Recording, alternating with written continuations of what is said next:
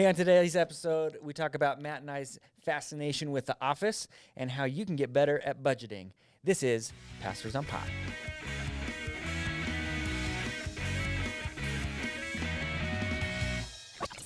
All right. Well, I'm a big fan of The Office, and I know that you are too. Love The Office. Do you happen to remember the first episode that you ever saw?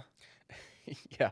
So it was, so we got into The Office kind of late, like most things, I think, in pop culture. Like I'm like the kind of the wait and see. I'm not an early adopter. Yeah. And so my brother actually reached out and was like, you have to like watch this show. Yeah.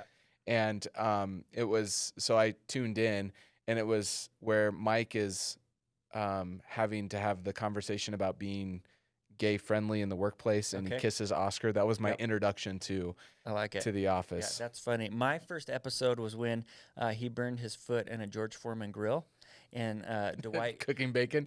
Yep. And Dwight crashes his car and gets a concussion. Yes. I remember him puking on the car, and I'm like, oh my gosh, this show is amazing. What am I watching right now? It is the weirdest show. Yeah, it's so good. You know, they've reached that level like that only I think Seinfeld and maybe The Simpsons have reached, where they could do anything on TV and get away with it. Yeah, which I've often wondered if they started that show like 10 years later, if it would have taken off. Probably not. No. Like some of the things that Michael does and the things that Michael say, which everyone like uniformly comes together and says, that's really funny on The Office. Yes. But in no other setting can you say that or do that, because it's politically that it has correct survived or cancel defensive. culture is amazing to me. Yeah, absolutely. Yeah, it's insane.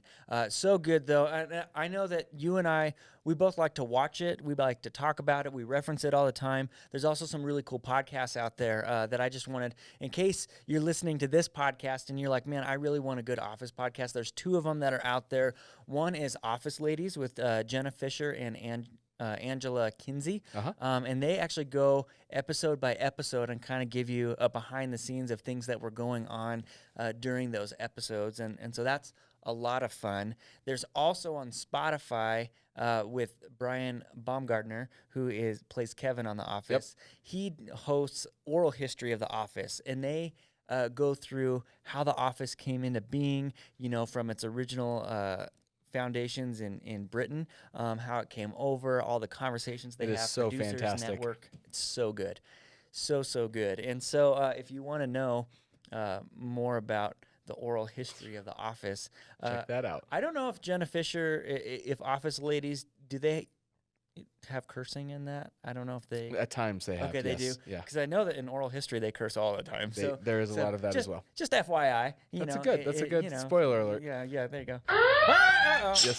Is that a spoiler alert that they curse? For some. Maybe it's a warning. I don't know. But, you know, something that I learned on the oral history of The Office, one of the things is between season 1 and season 2, there's a drastic change in how they handle Michael's character. And so the type of comedy that they use on this show that some people love and some people hate is called cringe comedy. Mm-hmm. I didn't know that definition until I listened to that podcast. But the idea that Michael says things that just makes you cringe and go, oh my gosh, I can't believe he's saying that. And you're just like, shut up now, stop talking. You want to pull the blanket over your head as you're watching it, yes. And so what the producer, or no, I don't think it's the producers, what the network told the writers and the producers is, you need to figure out a way to keep that comedy alive, but for people not to hate Michael Scott. Because it's really big in England. Right. Cringe comedy works really well in England, but us Americans, we like redemptive stories. Right. We want to love our characters. Yes, and so you see that in season 2, that at the end of the episodes, they start finding ways to make Michael endearing to the viewer. Mm-hmm. And so I think a lot of people watched season 1 and they gave up on it and they never continued because they never really fell in love with Michael. I was having a good conversation with our community. Is she community director? Yes, Tiffany. Tiffany, yeah. Her title changed, and yes, so she corrected me on Sunday when I said it wrong. But she's our community director, and she said, man, I cannot stand that show. And I'm like, why? And it's funny how people are ready to have conversations about why they love it or why they hate it. But she's like, man, I just can't handle Michael. Like, the things that he says it just doesn't resonate with me. I don't think it's funny, Yeah. and it just makes me want to punch him in the throat, you know. And so, but that's the reality, right? Is either you love the show or you hate it. I have yet to meet someone that goes, yeah, it's okay, I'll watch it sometimes. Oh, yeah, no. It's a love-hate relationship with it. Absolutely. Which side of the coin you're on. And yeah, you and I, we both love it. Yes, we do. There's very rarely a time where we're together where we don't quote something from The Office. Absolutely. Yes, which I think that's the way that life should be. You know, you should always for us, it's like the Bible, Office, and the rest of life. Family. No, I'm just kidding. So there's we're going through this series right now called Make Money Work on Sunday mornings. And one of the things that we want to do with this series is that we want to make it really practical for people who are listening, that we're not just giving ideas about finances, but we actually want to help people be free in their finances, right? Mm-hmm. And it's funny because as we watch the episode, watch The Office, in season 4, episode 8, there's an episode called Money, where Michael reveals how much money trouble he has. And at this point in the series, he's still dating Michael. Or still dating he's Michael. He's dating himself. No, yes. He's still dating Jan. Which, did you know that my parents' name are Michael and Jan? Oh, really? Yeah, wow. So that's always kind of funny.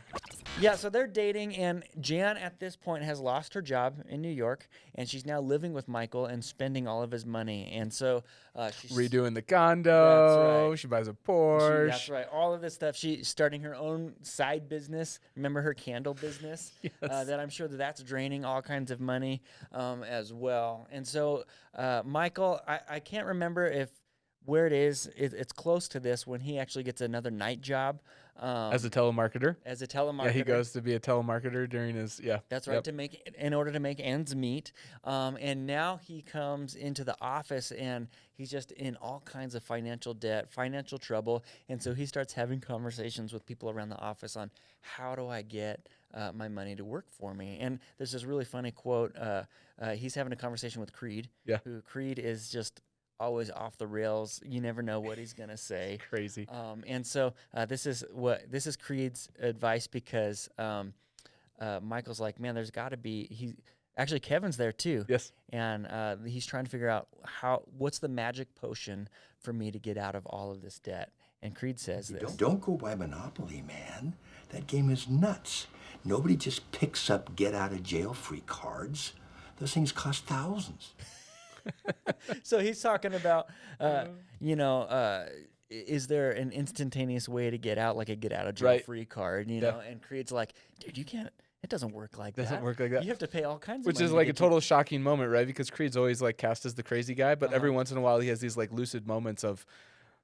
Well, isn't he talking about, like, in reality, a get-out-of-jail-free card? It actually costs a lot of money. Right, like, but I mean, in terms of the financial piece, like, it's super sound advice, but it's just like, Are you nuts? Yes. Yeah, absolutely nuts. And then he goes on to say, just declare bankruptcy. And Creed, who is a crazy, messed up guy, he said Creed Bratton never has financial trouble, because when he does, he transfers all of his debt over to, and he has his like alias that he transfers all of his debt over to. And so he's convincing Michael, just declare bankruptcy and all your debt will magically go away.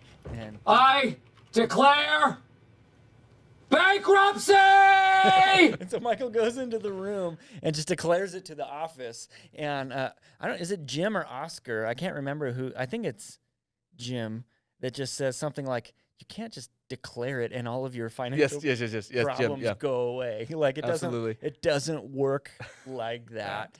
And so then he ends up going into a room and talking with Oscar. Because he's like, man, Oscar, you're a financial guru. You can help me get out of this mess. And so they start having this really fun conversation. Is this the episode where he goes, explain it to me like a 12-year-old? No, that's the surplus. That's the surplus one. Yes. Yeah. No, but this particular one, he sits down in the conference room and he has this conversation with Oscar. Okay, the green bar is what you spend every month on stuff you need, like a car and a house. That's so cool how you have my name at the top. The red bar is what you spend on non-essentials, like magazines, entertainment, things like that. This scary black bar is what you spend on things that no one ever needs, like multiple magic sets, professional bass fishing equipment. How did you do this so fast? Is this PowerPoint? I love that Michael is like, Oscar has put together this presentation to really help Michael out. Yes. And Michael's like, that's really cool. Man, how do you make it look like that? Yes, he has no concern for the bass stuff that he just bought. Yeah. He has no concern for actually what the information is trying to tell him. He just loves the presentation. Yep. I love that my name is on there. That's so cool. Hey, what's going on? My name is Jared. I am the Innovations Pastor here at Crossroads Church. If you are enjoying our content today, would you do me a favor? Go ahead and subscribe to our podcast. Leave us a comment. Let us know what you're thinking. And lastly, share with your friends. We also want you to know that every weekend we get together at 8:30, 10, and 11:30 for our weekend services. We'd love to see you there, either in-house or online. Let's get back to it. So Matt, I know that money management and our culture and really our kids, like the office is giving us, like you said, that kind of comedic overview. But there's a lot of truth there and a lot of reality. And I know that you in the Manning home have been really intentional and diligent of not only with you and Sarah doing things in a way that works, but also in ways that you teach your kids. And I think you were telling me a story with Theo, right? In the Xbox. In the Xbox. Oh, yes, about Theo him spending Xbox, about spending his money. Yeah. So, yeah, Theo, when it comes to money, he's one that likes to, it's in and it's out and all that kind of stuff. And then burns the hole in the it pocket. does, yeah. And then my middle son, Cademan, he's the saver of the family. And Mercy seems to always have money. I'm not sure. She's kind of a middle road for both of them. But yeah, when it comes to like money management and the way that all of this like lays out in our family with my son, much of his like Xbox, he loves the Xbox. And for a season he was in Fortnite, and Fortnite, is like masters of creating something that's doesn't exist for you to pay money to, right? And so like we went down this road of, we pay him for his allowance and stuff, and when they don't do their chores, they have to pay dad back. And so there's that exchange of money there, but he was putting his money towards Xbox and Fortnite and that kind of stuff. And so what he was finding is that he's pushing all of this money, and we just had to sit down and have the conversation of going like, what is it that you're actually buying? Like in this space, like you have been giving management over this money, and like in a year, what will you have to show for when it comes to Fortnite skins, or the pump action rifle that you bought or whatever it was in this space? Like what is it that you have like to show for this? And we started just having that conversation of like, when it comes to our money management, when it comes to purchasing things that we want and so on and so forth, like really thinking not just like immediate satisfaction, like I'll have a cool skin and now I look like, Anakin in Fortnite. And, there's nothing wrong with that. Like if that's how he wants to spend his money, but having the conversation with him of going like, is there longer value than just the immediate satisfaction of being able to have this in a game? And really starting to build from that, like a culture of, well, how is it that we should use our money? What is the management that we should process this in? And with all of our kids, we actually, we pay them an allowance. And part of that allowance, like I said, is it's like a paycheck for them. We've tried to help them down that road. And every month they have to save 10%, give 10%, and then the rest is theirs to use how they want. But we're just trying, even at an early age. I mean, we started all of our kids paying allowance when they were 4 to go, this is an important way to use your money. Yeah. And I think that, that's kind of like the basic model of starting a budget, right? Is knowing obviously how much money you have to begin with so that you're not overspending. And the Dave Ramsey model is always give 10%, save 10%, spend 80%, right? And then they even have percentages of how much should you spend, on your house? How much should your mortgage, in terms of your full amount, how much should you be spending on that and things along those lines, which is always a frustrating thing to me, because I'm like, yeah, but I can actually get a mortgage cheaper than if I'm renting, and I have to live somewhere. Yeah.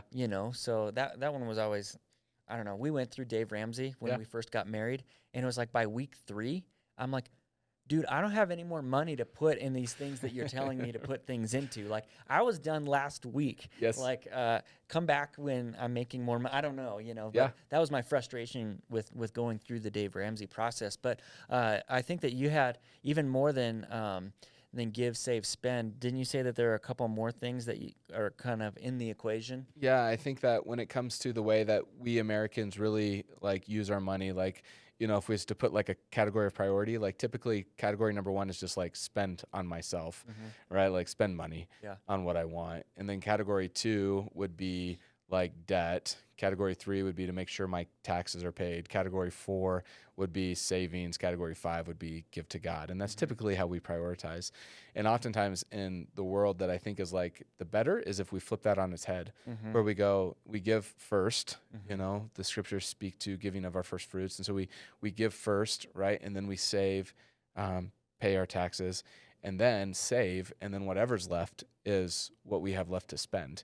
And my wife and I have tried to really just normalize that in our life, and regardless of how much money we make or don't make in the space in a different season, like putting that first, like, God, you get paid first, and then Which save. is so counterintuitive, Yeah. isn't it? Yeah. Have you, I'm sorry, I didn't mean to interrupt you, go ahead. but have you, in using that model in your life, what benefits have you seen? Yeah, I think that when it comes to using a model in that way, that like there's a couple of things that happened. That one, I think that we're intrinsically built to be generous. Like there's something that happens when we're able to give money away that actually lights up our soul in that space, right? And there's so many people who live life who aren't in a place where they can give. So this last week we had the fires, in Boulder County. And it's like, there's not probably a single person that looks at Boulder County and go, you know what, I don't want to give to that. There's probably a whole lot of people who go, I wish I could, but I can't. And so to put generosity on top, for us, that generosity looks like the church. There's certainly sacrifice that comes with that, but to put that first and go, we're gonna be generous with our money. We're gonna be generous with the money that God has given to us. I think there's like tremendous benefit in that, in terms of our ability, our freedom to engage in needs when we see needs, which is, like I said, what many of us want to do. That like when we see a need in the world that really hits our passion spots, like we want to do something to help that. And so many people are handicapped because they don't live in that space, right? The second piece of that being like savings, in that my wife and I, we've tried to create, margin in our lives with savings, so that when the big expense comes, it doesn't hinder us. All of a sudden we're not like, faced with anxiety and, distraught and what are we going to do in this? Right. You're always going to have to pay your taxes. And so you do that, debt's there. And then whatever's left is what we have to live on. And there is a level of comfort in that space of going, like, this is what's left to spend in terms of, what we have to do. Like, how are we going to make it work? Yeah, and I think it's counterculture too, because our culture is all about, the whole marketing scheme of our culture is you need it, go spend money on it now. And you need it right now. Yeah, like, I'm terrible for the economy. You can't like wait. If people lived like me, like our economy would probably not be as healthy is what it is right now. But I part of this, what we want to help people do is give people tools, to be able to manage their money well and things like that. And we linked it in the last episode. We can link some more stuff in this episode. There's also some apps that I think are really helpful. There's an app that I just started using a month or two ago that is actually really helpful for me because it takes some of that. I know that there's value in intentionally putting money into savings, but there's also value in it just happening for me. And so there's an app called Acorn, and Acorn, basically, if I spend $1.25 on something, it rounds up. So it'll take 75 cents and it puts it into this investment portfolio. And so the company actually, when you sign up, you can say, do I want to be high risk, medium risk, or low risk? And so I'm like, we'll just split it. I'll go medium. Yeah. And it's rounding up on every time I spend money, it rounds up, it takes that change and is investing it. And it's been a month and a half maybe, and I think that we're over like $100 now in savings. But that's $100, right? Yeah. Where I don't know what that'll accumulate over years and years and years, but it could just be still in my bank account doing nothing, not being saved at all. So Acorn is it's a $5 a month subscription, but like I said, for me, it's worth that investment. Yeah. And I mean, bank apps, we talked about babysitting your money. Yeah. Our bank, you can download the app and you can actually go in there, and our credit cards do this too, where it'll actually split up everything and say, hey, where have you spent your money? How are you spending your money? So it actually helps you babysit your money. Yep. In a way. So it takes some of that work out. And then there's always old-fashioned, Excel spreadsheet and things like that. That's what I do. It's on Google Drive. We have a budget, a page for our budget, and then it's tied to a second page that's transactions, and then a third page that is savings, and then a fourth page that is taxes. Yeah. Since pastors' taxes are weird. I've always done my budget on because App has their it's like Excel, but it's not. But it makes pictures for you and graphs. Nice. And so I've always done it on that because I like pictures. A really great one that's I believe that's free is Mint. Okay. Yep. Yeah, mint.com. Yep. And you can attach all of your bank accounts and credit cards to it, and then even categorize it, and it will set up a budget. My wife and I use that for a season in that space, but I need to be able to see it. I need it to be more tangible. Yeah, that makes sense. So my point is that there's a lot of resources out there that can help you do these things well. It does take a little bit of time. It does take a little bit of work and effort, but the payoff, I think, is very much rewarding, and it's something that we can all use in our life to. Yeah, if you could trade all of the anxiety that money brings in your life, and trade it for peace, and then out the hours that you spend, it would totally be worth the peace. Absolutely. So, Matt, thanks so much for talking with me, talking with the office. It's always fun. Please check out our Make Money Work series. It is on our YouTube page. Again, we want to give you very practical advice on how to make money work and allow you to have that financial peace in your life. We will check you out next time.